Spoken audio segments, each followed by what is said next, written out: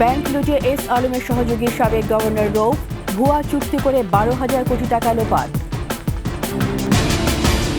সচিবদের 8 দিন নির্দেশনা দিলেন প্রধান উপদেষ্টা, সরকারি অর্থের সর্বোত্তম ব্যবহার নিশ্চিতের নির্দেশ।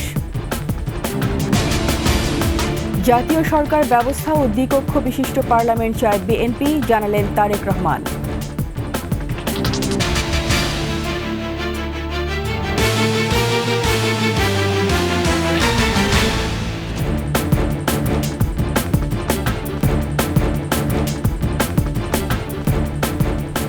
শুনছিলেন ফার্স্ট সিকিউরিটি ইসলামী ব্যাংক পিএলসি সংবাদ শিরোনাম। আমন্ত্রণ 21 সংবাদে, সাথে আছি আমি রীতা চৌধুরী।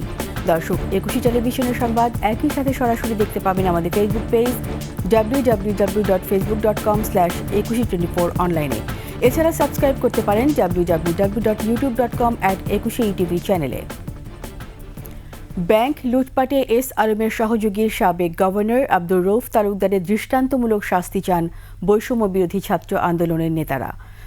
ডলার কেনার ভুয়া চুক্তির মাধ্যমে ইসলামী ব্যাংক তথা এস আলমকে 12,500 কোটি টাকা আত্মসাতের সুযোগ করে দেয়ায় চরম ক্ষুব্ধ অর্থনীতিবিদ ও সাধারণ মানুষও।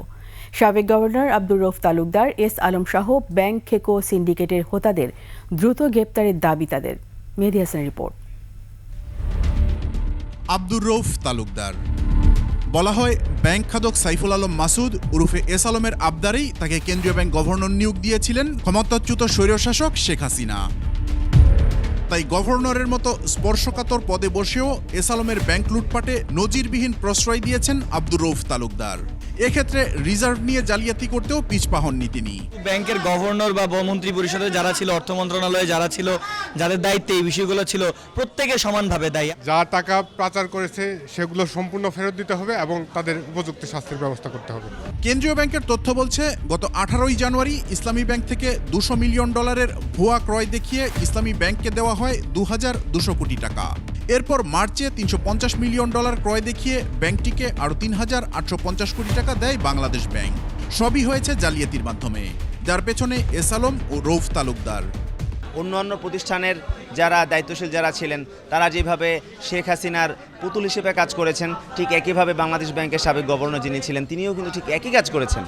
আমরা চাইবো যে ভবিষ্যৎ বাংলাদেশের জন্য এই ধরনের পুতুল যেন তৈরি না হয়। যারা এইসবের সাথে জড়িত ছিল তাদের জন্য দৃষ্টান্তমূলক তাদেরকে শাস্তির আওতায় নিয়ে আসা হয় এবং আগামীতে যাতে করে এই প্রতিষ্ঠানগুলো থেকে ব্যবহার করে কেউ ব্যক্তি স্বার্থে এই প্রতিষ্ঠানগুলোকে ব্যবহার করে ফায়দা নিতে না পারে। এরপর 3 জুলাই ইসলামী ব্যাংক থেকে $550 মিলিয়ন ভুয়া ক্রয় দেখিয়ে ব্যাংকটিকে 6,490 কোটি টাকা পরিশোধ করে বাংলাদেশ ব্যাংক। কয়েক দফা তাগিদের পর $100 মিলিয়ন আদায় হলেও ইসলামী ব্যাংকে রয়ে যায় আরও $450 মিলিয়ন। হাসিনার পতনের পর 11 আগস্ট 5,310 কোটি টাকা আদায় করে নিয়েছে কেন্দ্রীয় ব্যাংক। তবে রিজার্ভের হিসাবে থেকে যায় $450 মিলিয়ন। যদিও নিট রিজার্ভে তা দেখাননি সাবেক গভর্নর ও তার সহযোগীরা। রৌফ তালুকদারের জালিয়াতি ধরা পড়ে 28 আগস্ট গ্রস রিজার্ভ থেকে ওই $400 মিলিয়ন বাদ দেওয়ার পর। এতে গ্রস রিজার্ভ 25.64 বিলিয়নে নামলেও নিট রিজার্ভ বেড়ে উন্নীত হয় $20.60 বিলিয়ন। গভর্নর বা বাংলাদেশ ব্যাংকের যে কর্তৃপক্ষ তাদের ছাড়া এটা কোনোভাবেই সম্ভব না। সঠিকভাবে বিচার হওয়া উচিত এবং যাতে করে একটা উদাহরণ হয় যে ভবিষ্যতে কেন্দ্রীয় ব্যাংক যেন এরকম করে অর্থনীতিকে ক্ষতি করতে না পারে। নিয়ম অনুযায়ী যেদিন ডলার কেনা হবে পরদিন তা রিজার্ভে যোগ হওয়ার কথা, কিন্তু প্রথম দফায় ভুয়া ডলার ক্রয়ের পরদিন 19 জানুয়ারি শুক্রবার ও 20 জানুয়ারি ছিল শনিবার, এ দুদিন সাপ্তাহিক ছুটি। এরপর 21 জানুয়ারি রোববার ছিল নিউ ইয়র্কে বন্ধের দিন, পরদিন সোমবারও ডলার যোগ হয়নি। তখন পরিষ্কার হয়ে যায় এটা ছিল ডলার কেনার নামে জালিয়াতি। মেহেদী হাসান, 21 টেলিভিশন, ঢাকা। সরকারি অর্থের সর্বোত্তম ব্যবহার নিশ্চিত করা সহ সচিবদের 8 নির্দেশনা দিয়েছেন অন্তর্বর্তী সরকারের প্রধান উপদেষ্টা ডক্টর মোহাম্মদ ইউনূস। তেজগাঁওয়ে প্রধান উপদেষ্টার কার্যালয়ে সচিবদের সঙ্গে প্রথম বৈঠক করেন প্রধান উপদেষ্টা। সে সময় সরকারের সব পর্যায়ে সংস্কার কর্মসূচি গ্রহণ ও বাস্তবায়নে মার্চিং অর্ডার প্রদান করেন ডক্টর মোহাম্মদ ইউনূস। তার গুচ্ছ নির্দেশনার মধ্যে রয়েছে সংস্কার কর্মসূচি প্রণয়নে প্রয়োজন অনুযায়ী সংশ্লিষ্টদের সঙ্গে আলোচনা, বিবেক ও ন্যায়বোধে উজ্জীবিত হয়ে স্ব ক্ষেত্রে সততা, নিষ্ঠা, জবাবদিহিতা দিয়ে নতুন বাংলাদেশ গড়া, চিন্তার সংস্কার করে সৃজনশীল উপায়ে জনস্বার্থকে সর্বোচ্চ গুরুত্ব দিয়ে সরকারি কার্যক্রম পরিচালনা, দুর্নীতি মূলোৎপাটন করে সেবা সহজীকরণের মাধ্যমে সর্বোচ্চ জনসন্তুষ্টি অর্জন এবং সরকারি অর্থের সর্বোত্তম ব্যবহার নিশ্চিত করা। বিএনপি চেয়ারপারসন বেগম খালেদা জিয়ার সাথে সৌজন্য সাক্ষাৎ করেছেন বাংলাদেশে নিযুক্ত British high commissioner Sarah Catherine Cook. বুধবার রাত 8:30টার দিকে গুলশানে বিএনপি চেয়ারপারসনের বাসভবনে দেখা করতে আসেন সারাহ কুক। এ সময় সাবেক প্রধানমন্ত্রী খালেদা জিয়ার স্বাস্থ্যের খোঁজ খবর নেন ব্রিটিশ হাই কমিশনার। বিএনপি স্থায়ী কমিটির সদস্য অধ্যাপক ডাক্তার AZM জাহিদ হোসেন, চেয়ারপারসনের মেডিকেল বোর্ড চিকিৎসক অধ্যাপক শাহাবুদ্দিন তালুকদার, অধ্যাপক ডাক্তার FM সিদ্দিকী এবং বিএনপি নেতা তাবিদ আওয়াল সাক্ষাতের সময় উপস্থিত ছিলেন। পরে সাংবাদিকদের সাথে সাক্ষাতের বিষয়ে কথা বলেন বিএনপির স্থায়ী কমিটির সদস্য আমির খসরু মাহমুদ চৌধুরী।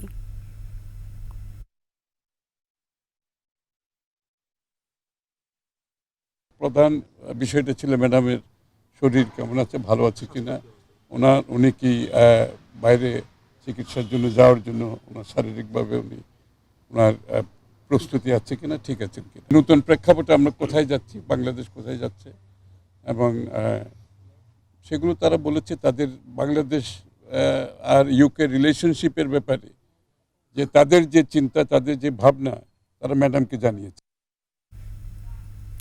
এদিকে জাতীয় সরকার ব্যবস্থায় দেশ পরিচালনা ও দ্বিকক্ষ বিশিষ্ট পার্লামেন্ট চায় বিএনপি, এমনটি জানিয়েছেন বিএনপির ভারপ্রাপ্ত চেয়ারম্যান তারেক রহমান।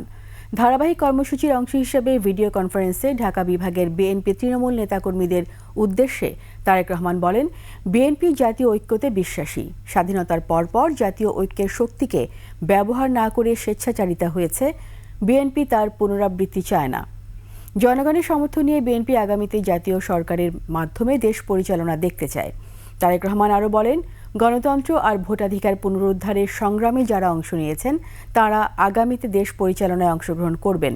তারা যেন অবদানের সুফল বঞ্চিত না হন, সেদিকে খেয়াল রাখতে হবে।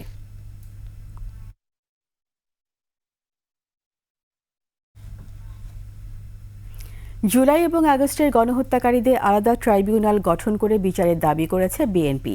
পাশাপাশি নির্বাচন কমিশনকে নির্লজ্জ উল্লেখ করে পদত্যাগ দাবিও করেন তারা। মাহমুদ হাসানের প্রতিবেদন। বিএসএমএমইউ হাসপাতালে বৈষম্য বিরোধী আন্দোলনে আহতদের দেখতে যান বিএনপির যুগ্ম মহাসচিব রুহুল কবির রিজভী। পরে তিনি বলেন, শুধু গুম খুন নয়, গণহত্যায় মেতে উঠেছিল হাসিনা সরকার। ইলিয়াস আলী থেকে শুরু করে সাইফুল ইসলাম হিরো থেকে শুরু করে এই পর্যন্ত গুমের পর গুম, ক্রস ফায়ারের পর ক্রস ফায়ার, সর্বশেষ গণহত্যা। এর জন্য ট্রাইব্যুনাল তৈরি করে যারা দায়ী, আমরা সবাই চিনি তাদেরকে সেইখানে বিচার করতে হবে। এদিকে বিএনপির নয়াপল্টন কার্যালয়ে সংবাদ সম্মেলনে স্থায়ী কমিটির সদস্য ডাক্তার AZM জাহিদ হোসেন আওয়ামী লীগ সরকারের সুবিধাভোগী নির্বাচন কমিশন এবং দুদকের কর্মকর্তাদের অপসারণ দাবি করেন। দলদাস একটা নির্বাচন কমিশন, আজকেও তারা বহাল তবিয়তে বসে আছে নির্লজ্জের মতো, যারা আমি আর ডেমিন নির্বাচন করেছে এবং যারা একসময় দিনের ভোট রাতে করেছে, একসময় বিনা ভোটে এমপি উপহার দিয়েছে। আর দুদুকে যে সমস্ত কর্মকর্তা এবং কমিশনাররা এখনো বসে রয়েছে বিগত সরকারের সুবিধাভোগী হিসাবে, আমি সরকারকে বলবো দুদক পুনর্গঠন করা অতীব জরুরি, নির্বাচন কমিশন পুনর্গঠন করা অতীব জরুরি। বন্যার্তদের সহায়তা এবং পুনর্বাসনের জন্য ইতিমধ্যে 13 কোটি টাকা দেওয়া হয়েছে বলেও জানান তিনি। মাহমুদ হাসান, 21 টেলিভিশন, ঢাকা। রাজধানীর পৃথক দুটি হত্যা মামলায় পুলিশের সাবেক আইজি চৌধুরী আবদুল্লাহ আল মামুন ও AKM শহীদুল হকের রিমান্ড মঞ্জুর করেছেন আদালত। মোহাম্মদপুরে মুদি দোকানি আবু সাইদ হত্যা মামলায় চৌধুরী আবদুল্লাহ আল মামুনের 8 দিনের রিমান্ড মঞ্জুর করা হয়। অন্যদিকে রাজধানীর নিউ মার্কেটে ব্যবসায়ী আব্দুল ওয়াদুদ হত্যা মামলায় শহীদুল হককে 7 দিনের রিমান্ড দিয়েছেন আদালত। দীপু শিকদারের রিপোর্ট। ঢাকার CMM আদালতে বুধবার ভোরে হাজির করা হয় সাবেক 2 আইজিপি শহীদুল হক এবং চৌধুরী আবদুল্লাহ আল মামুনকে। প্রত্যেক আসামিকে 10 দিন করে রিমান্ডে নেওয়ার আবেদন করে পুলিশ। চৌধুরী আবদুল্লাহ আল মামুনকে রিমান্ডে নেওয়ার আবেদনে বলা হয়, শেখ হাসিনা শক্ত হাতে ছাত্র জনতার আন্দোলন দমন করার নির্দেশ দেওয়ার পর সাবেক আইজি মামুন অধীনস্থ পুলিশ সদস্যদের তা বাস্তবায়নের নির্দেশ দিয়েছিলেন। এছাড়াও সাবেক 2 মন্ত্রী ওবায়দুল কাদের এবং আসাদুজ্জামান খান কামাল বিভিন্ন সময়ে ছাত্র জনতার আন্দোলন দমানোরও নির্দেশ দেন। শুনানি শেষে মামুনের 8 দিনের রিমান্ড মঞ্জুর করা হয়। বসিলা চৌরাস্তায় যে হত্যাটা হয়েছিল দোকানি আব্দুল সাইদ, তা এই হত্যা মামলায় তদন্তকারী কর্মকর্তা তাকে প্রাথমিকভাবে এই হত্যার সঙ্গে জড়িত থাকার কারণে তাকে গ্রেপ্তার করে অত্র আদালতে উপস্থিত করা হয় এবং আরও জিজ্ঞাসাবাদ করার জন্য 10 দিনের রিমান্ড প্রার্থনা করেন বিজ্ঞ আদালত। এই 3টি মামলায় এবং এই মামলায় শুনানি অন্তে তার বিরুদ্ধে 8 দিনের রিমান্ড মঞ্জুর। অন্যদিকে রাজধানীর নিউ মার্কেটের ব্যবসায়ী আব্দুল ওয়াদুদ হত্যা মামলায় সাবেক আইজিপি শহীদুল হকের 7 দিনের রিমান্ড মঞ্জুর করে আদালত। হত্যা মামলায় এই আসামিদেরকে সম্পৃক্ত করা হয়েছে। আসলে এই যারা হত্যা মামলায় সম্পৃক্ত করা হয়েছে এই মামলাগুলিতে যারা প্রকৃত অপরাধী এবং যারা এই ঘটনার সাথে জড়িত তাদেরকে যদি সম্পৃক্ত করা হতো তাহলে ন্যায় বিচার পাওয়া হতো। এছাড়া শিশু আলিফ অপহরণ মামলায় ঢাকা জেলার অতিরিক্ত পুলিশ সুপার আব্দুল্লাহিল কাফিকে 8 দিনের রিমান্ড দেওয়া হয়। দীপু শিকদার, 21 টেলিভিশন, ঢাকা। একটি দাতব্য প্রতিষ্ঠানের নামে শত কোটি টাকা হাতিয়ে নেন সাবেক আইজিপি শহীদুল হক। ক্ষমতার প্রভাবে দখল আর নিয়োগ বাণিজ্য ছিল তার অবৈধ অর্থ উপার্জনের পথ, এমন অভিযোগ তার নিজ এলাকার মানুষের। ক্ষমতার প্রভাবে ভাইকে জনপ্রতিনিধি বানানো সহ স্বর্ণ চোরাচালানের নেপথ্যেও ছিলেন পুলিশের সাবেক এই কর্তা ব্যক্তি। শরীয়তপুর প্রতিনিধি আবুল বাশারের তথ্যচিত্রে বিস্তারিত ডেস্ক রিপোর্টে। প্রধানমন্ত্রীর পিয়ন যদি 400 কোটি টাকার মালিক হয় তাহলে একজন সাবেক আইজিপি 4000 কোটি বা 40,000 কোটি টাকার মালিক হবে, এতে কোনো অবাস্তব না। মূলত এটাই ছিল বিগত দিনের স্বাভাবিক বিষয়। AKM শহীদুল হক পুলিশের সাবেক আইজিপি, শত কোটি টাকার মালিক। একসময় বাবার আর্থিক অসচ্ছলতার কারণে ঢাকায় অন্যের বাড়িতে থেকে চালিয়েছেন পড়ালেখার খরচ। পুলিশের চাকরিতে ঢুকেই ঘুরে যায় ভাগ্যের চাকা। চাকরির পরে থেকেই তাদের ভাগ্যের চাকা করতে শুরু করে। টিনের চালাঘর ভেঙে হয় তিনটি আলিশান বাড়ি, বনে যান শত শত বিঘা জমির মালিক। আইজিপি পদে পদোন্নতির পর নিয়োগ বাণিজ্য আর ভূমি দখলে মেতে ওঠেন সাবেক স্বৈরশাসক শেখ হাসিনার অতি আস্থাভাজন শহীদুল হক। বাবা মার নামে গড়ে তোলেন মজিদ জরিনা ফাউন্ডেশন নামে একটি দাতব্য প্রতিষ্ঠান। অথচ অভিযোগ রয়েছে সেই মজিদ জরিনা ফাউন্ডেশনের নামেই শুরু করেন চাঁদাবাজি। বিভিন্ন প্রতিষ্ঠান থেকে আদায় করেন শত কোটি টাকা। নজরানা আদায়ের নামে পুলিশ কর্মকর্তাদের কাছ থেকেই নিতেন নিয়মিত মোটা অঙ্কের টাকা। সে একটা স্কুল করছে, হাজার হাজার কোটি টাকা দেয়া খরচ করে সমস্ত জমির মেটেতন ক্রয় করছে না কি করছে এটা আমরা বলতে পারবো না। শহীদুল হকের প্রভাব খাটিয়ে ছোট ভাই ইসমাইল হক এলাকায় চালাতেন সন্ত্রাসী কর্মকাণ্ড। ভোট জালিয়াতি করে দুইবার হয়েছেন শরীয়তপুরের নড়িয়া উপজেলা চেয়ারম্যান। স্বর্ণ চোরাচালানের মধ্য দিয়ে ইসমাইল অঢেল সম্পদের মালিক হয়েছেন বলেও রয়েছে অভিযোগ। বিভিন্ন থানার অফিসাররা তাদের হাতের পুতুল ছিল, যখন যা কইতো তখন নিরহ মানুষের অন্যায় অত্যাচার জুলুম করত। বিভিন্ন প্রকারের ব্যবসা বাণিজ্য তারা জড়ায় পড়ে। দুবাইতে যে ব্যবসা আছে, ওদের প্রচুর ব্যবসা আছে, আপনি কল্পনাই করতে পারবেন না। এটা তো আমাদের দ্বারা এখন যাওয়া সম্ভব না। তো 3,500 কোটি টাকা এই যে একটা অখাদ্য গ্রামের পরিবার, একটা উনি একদম সামান্য পুলিশের যখন এসপি ছিল, আইজি হয়েছে, তার বেতন করতো, তার স্কেল করতো, সে এত টাকা কোত্থেকে পায়। মিরপুর শহীদ স্মৃতি কলেজ থেকেও কোটি কোটি টাকা লুপাটের অভিযোগ রয়েছে শহীদুল হকের বিরুদ্ধে। খুরশিদ আলম মুকুল, ডেস্ক রিপোর্ট, 21 টেলিভিশন। শিক্ষার্থী হত্যা মামলায় ডায়মন্ড ওয়ার্ল্ডের ব্যবস্থাপনা পরিচালক দিলীপ কুমার আগরওয়ালাকে 3 দিনের রিমান্ড দিয়েছেন আদালত। এর আগে মঙ্গলবার রাতে গুলশান থেকে তাকে গ্রেপ্তার করে আইনশৃঙ্খলা বাহিনী। মাহতাব মিনহাজের প্রতিবেদন। ছাত্র হত্যা মামলার রিমান্ড শুনানিতে বুধবার বিকালে সিএমএম আদালতে আনা হয় ডায়মন্ড ওয়ার্ল্ডের ব্যবস্থাপনা পরিচালক দিলীপ কুমার আগরওয়ালাকে। তদন্ত কর্মকর্তা 10 দিনের রিমান্ড আবেদন করেন। শুনানি শেষে 3 দিনের রিমান্ড মঞ্জুর করেন ঢাকার চিফ মেট্রোপলিটন ম্যাজিস্ট্রেট। আজকের এই মামলার আসামি দিলীপ আগরওয়াল, যিনি এই বাড্ডার ঘটনায় ব্র্যাক বিশ্ববিদ্যালয়ের সামনে একেবারে সশরীরে জড়িত, এটি সুস্পষ্ট। বিজ্ঞ আদালত সন্তুষ্ট হয়ে এই আসামির বিরুদ্ধে 3 দিনের রিমান্ড মঞ্জুর করেছেন। আমাদের আসামি অসুস্থ, রিমান্ড বাতিলের জন্য সাবমিশন রেখেছি এবং মাননীয় আদালত তার বিবেচনায় সকল কিছু বিবেচনা করে 3 দিনের রিমান্ড মঞ্জুর করেছেন। দিলীপ কুমার আগরওয়ালার বিরুদ্ধে স্বর্ণ ও হীরা চোরাচালান ছাড়াও অর্থ পাচারের অভিযোগ রয়েছে। মাহতাব মিনহাজ, 21 টেলিভিশন, ঢাকা। দুর্নীতি ও করোনা সার্টিফিকেট জালিয়াতির ঘটনা সহ ৯৬ মামলার আসামি রিজেন্ট হাসপাতাল লিমিটেডের চেয়ারম্যান মোহাম্মদ শাহেদ জামিন পেয়ে কারাগার থেকে বের হয়েছেন। বুধবার রাতে ঢাকা কেন্দ্রীয় কারাগার থেকে বের হন শাহেদ। এর আগে তার বিরুদ্ধে দায়ের করা সবকটি মামলাতেই জামিন পান শাহেদ। ২০২০ সালের ১৫ জুলাই শাহেদকে সাতক্ষীরা থেকে গ্রেপ্তার করে র্যাব। এরপর তার নামে প্রতারণা, অনিয়মের নানা অভিযোগ সামনে আসতে থাকে।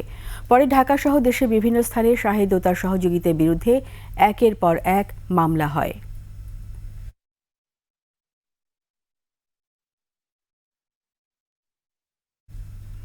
নিচ্ছি সংবাদ বিরতি। যখন ফিরব তখন অন্যান্য খবরের সঙ্গে আরও যা থাকবে।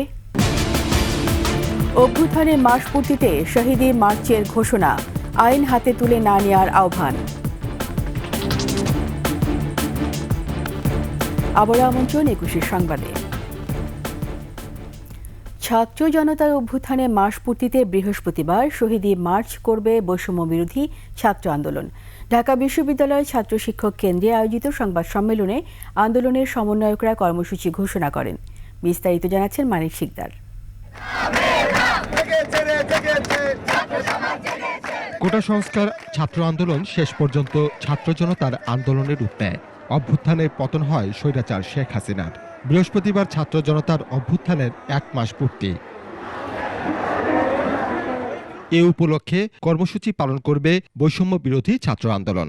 আগামীকাল ৫ সেপ্টেম্বর আমাদের ছাত্র জনতার অভ্যুত্থানের ১ মাস পূর্তি উপলক্ষে আমরা একটি শহীদি মার্চ করতে চাই। এই শহীদি মার্চে আমরা চাইব আমাদের যেই বাবা মারা, যেই ভাই বোনেরা তাদের সন্তান হারিয়েছে, তাদের ভাই বোন হারিয়েছে, বিনয়ের সাথে আমরা আপনাদের প্রতি অনুরোধ করতে চাই, আপনারা আমাদের সাথে আসুন। ১৬ বছরে দলের সংবিধানকে দেশের সংবিধান হিসেবে চাপিয়ে দেওয়া হয়েছিল বলেও মন্তব্য করেন সমন্বয়ক হাসনাত আব্দুল্লাহ। আওয়ামী লীগের সংবিধানটাকেই আমরা বাংলাদেশি সংবিধান হিসেবে ধরে নিয়েছিলাম। অর্থাৎ দেখেন, একটা দলের সংবিধানকে যখন একটা দেশের সংবিধান হিসেবে চাপিয়ে দিতে চায়, সেই জায়গাতে হচ্ছে ফেসিবাদের প্রথম বীজটা বপন করে দেওয়া হয়। সংগঠনকে সংগঠিত করার জন্য বিভাগীয় ও জেলা শহরে সফর শুরু হচ্ছে বলে জানান এই সমন্বয়ক। আমরা বিভাগীয় সফর করব, আমাদের টিমগুলো আমাদের জনমত, মানুষ আসলে কি বলতে চাচ্ছে, তাদের ভাষা কি, সেটা আমরা শোনার চেষ্টা করব। আইন নিজের হাতে না তোলার আহ্বান জানিয়ে সমন্বয়করা বলেন, নতুন প্রজন্ম যে বাংলাদেশ চায় সেই বাংলাদেশকে সবাই স্বাগত জানাতে হবে। আমরা আগামীর বাংলাদেশে সত্যিকার অর্থে আইনের শাসন চাই। মানিক শিকদার, ২১ টেলিভিশন, ঢাকা। সাভারে আশুলিয়ায় আজও পোশাক শ্রমিকেরা বিক্ষোভ করেছেন। গাজীপুরে কয়েকটি কারখানার শ্রমিকরা কর্মবিরতি এবং সড়ক অবরোধ করে। ক্ষোভের কারণে অন্তত ১৫০ শতাধিক কারখানায় ছুটি ঘোষণা করে কর্তৃপক্ষ। প্রতিনিধিদের তথ্যচিত্রে ডেস্ক রিপোর্ট।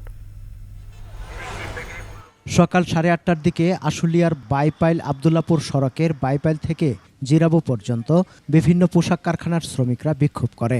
কারখানা লক্ষ্য করে ইট পাটকেল ছুড়েন তারা। তাদের সাথে যোগ দেয় চাকরি প্রত্যাশীরাও। এ অবস্থায় কর্তৃপক্ষ কারখানাগুলো ছুটি ঘোষণা করেন।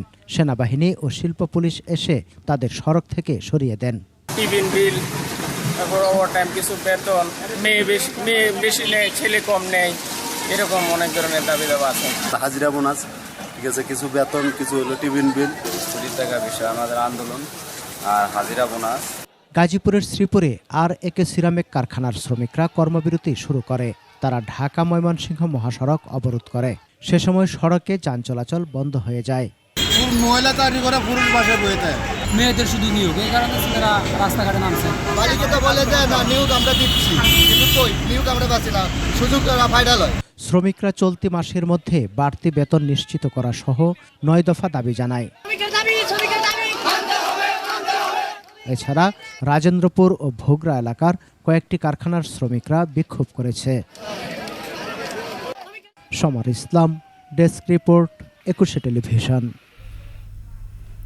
পোশাক খাতে অস্থিরতায় আওয়ামী লীগ ইন্ধন দিচ্ছে বলে মন্তব্য করেছেন শ্রম ও কর্মসংস্থান মন্ত্রণালয়ের উপদেষ্টা আসিফ মাহমুদ। বলেছেন, দায়ীদের বিরুদ্ধে কঠোর ব্যবস্থা নেওয়া হবে। বিস্তারিত জানাচ্ছেন আলী আহমেদ। বুধবার সচিবালয়ে শ্রমিক অসন্তোষ নিয়ে স্বরাষ্ট্র মন্ত্রণালয়ের সভাকক্ষে বৈঠক করেন স্বরাষ্ট্র, শ্রম, আইন উপদেষ্টা সহ কয়েকজন। পরে শ্রম উপদেষ্টা বলেন, শ্রমিক অসন্তোষে যারাই ইন্ধন দিবে তাদের বিরুদ্ধে ব্যবস্থা নেওয়া হবে। এখানে স্থানীয়ভাবে আওয়ামী লীগও আছে কিছু জায়গায় এবং কিছু বিএনপির স্থানীয় নেতৃবৃন্দেরও আমরা সংশ্লিষ্টতা পেয়েছি। বিএনপির কেন্দ্রীয় নেতৃবৃন্দের সাথে আমাদের এই বিষয়ে কথা হচ্ছে, যাতে তারা তাদেরকে নিবৃত রাখেন এবং স্থানীয়ভাবে আওয়ামী লীগের অনেকে থাকে না যে স্থানীয় প্রভাবশালী হিসেবে জুট ব্যবসার সাথে জড়িত, এখনও রয়ে গেছে, তাদের বিরুদ্ধে আমরা কঠোর অবস্থানে যাব এবং অলরেডি আমাদের কাছে যে ইনফরমেশন আছে স্বরাষ্ট্র মন্ত্রণালয়ের কাছে, সেই ইনফরমেশনের ভিত্তিতে তাদেরকে অ্যারেস্ট করা হবে। স্বরাষ্ট্র উপদেষ্টা বলেন, আইন শৃঙ্খলা নিয়ন্ত্রণে আনার জন্য পুলিশের ভাবমূর্তি উন্নত করতে কাজ করছে সরকার। পুলিশের ইমেজ আস্তে আস্তে কিন্তু উন্নত হচ্ছে। আপনারা যেটা আইডেন্টিফাই করছেন কারেক্ট, বাট আমি তো একদিনে এটা কিছু পারবো না, আপনারা আমাকে সময় দিতে হবে। আস্তে আস্তে আমি এটা ব্যবস্থা নিচ্ছি। পুলিশের মনোবল ঠিক করতে সবার সহযোগিতা দরকার বলে জানান এলজিআরডি উপদেষ্টা। প্রকৃত শ্রমিকরা এই ধরনের কোনো বিশৃঙ্খলা তৈরি করছে না।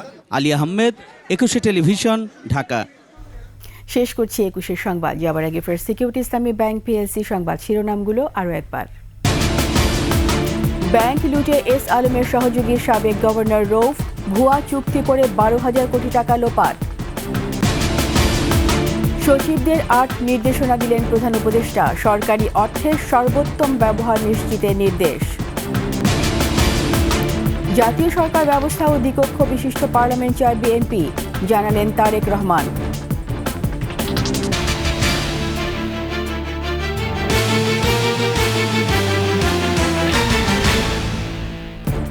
সবশেষ সংবাদ জানতে ডায়াল করুন 2021 নম্বরে আর ভিজিট করুন 21-tv.com ওয়েবসাইটে। এছাড়া ফেসবুকে ভিজিট করতে পারেন www.facebook.com/2124 অনলাইনে। এছাড়া সাবস্ক্রাইবও করতে পারেন www.youtube.com/21etv চ্যানেলে। এতক্ষণ সঙ্গে থাকার জন্য সবাইকে ধন্যবাদ। পরবর্তী সংবাদ দেখার আমন্ত্রণ রইল। 21-এর সাথেই থাকুন।